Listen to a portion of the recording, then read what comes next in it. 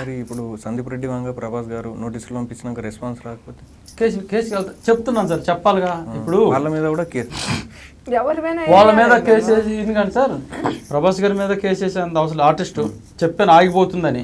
ఆ తర్వాత ఆయన నన్ను అడగొద్దు ఎందుకు ఇలా చేసామని అడిగే ఛాన్స్ వాళ్ళకి ఉండొద్దు.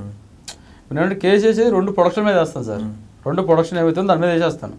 వీళ్ళు కానీ స్పందించకపోతే ఇప్పుడు నేను నోటీస్ పంపించాను, ఇంత జరుగుతుంది రచ్చ, ఇంతమంది మాట్లాడుతున్నారు, ఇంకా మాకు తెలియదు అని ఉంటే కాదు కదా. వాళ్ళ ఇంటికి నోటీస్ కూడా తెలియదు అంటే నేను వేసుకోవచ్చు కదా. నేను చెప్పినా కూడా అప్పుడు కూడా కేసు వేసినా కూడా షూట్లోకి వెళ్ళారు అనుకోండి, నేను షూట్ ఆఫ్ అనే వేస్తాను. కేసు వేసానంటే నా సినిమా అయిపోయింది కాబట్టి మీరు కూడా ఎక్కడ పనులు అక్కడ ఆపేయండి అని వేస్తాను.